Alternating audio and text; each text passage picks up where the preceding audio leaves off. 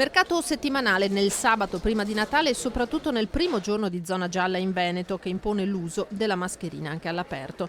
Piazza del Grano e piazzale Burchiellati affollati, in alcuni snodi vera e propria calca. Non è da oggi che molti dei frequentatori del mercato hanno ripreso a usare abitualmente la mascherina. Quando ho incominciato a risalire, allora ho adottato anch'io senza che me lo dicessero la mascherina.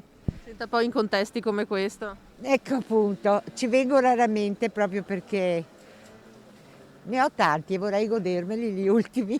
Io la porto sempre lo stesso, guardi, quindi per me va benissimo, anzi bisogna. C'è anche tanta gente stamattina. Esatto, e bisogna portarla sempre purtroppo. Se riusciamo ad andarne fuori da questo momento, ok. Soprattutto qui al mercato penso, Sì, ovviamente, sì, no? perché Questione tanto- di responsabilità. Da una parte i cittadini, i clienti, dall'altra i commercianti. Per voi è fondamentale rimanere aperti in attività? Senz'altro, perché come tutti si sa le tasse alla fine arrivano sempre da pagare e si spera che la gente venga nel nostro commercio piccolo ed è tutto da promuovere. Per un ambulante consapevole del rischio sia sanitario che economico e quindi ligio al nuovo obbligo, più di qualcuno dietro la bancarella la mascherina l'ha tenuta o sotto il naso o sotto il mento.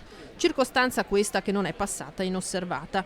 Né alla polizia locale, impegnata in controlli anche sulle mura, che già l'anno scorso aveva sanzionato alcuni commercianti, né al sindaco Mario Conte. Dispiace vedere che i cittadini rispettano le regole, invece qualche ambulante del mercato si è dimenticato della regola della mascherina, e quindi sarà nostra cura richiamarli domani con una lettera, perché il rispetto delle regole deve essere da parte di tutti. È un periodo delicato, stiamo facendo dei sacrifici per consentir loro di lavorare e quindi loro devono essere i primi a rispettare le regole, e quindi domani arriverà un richiamo ufficiale dove semplicemente chiederemo a tutti di proteggersi.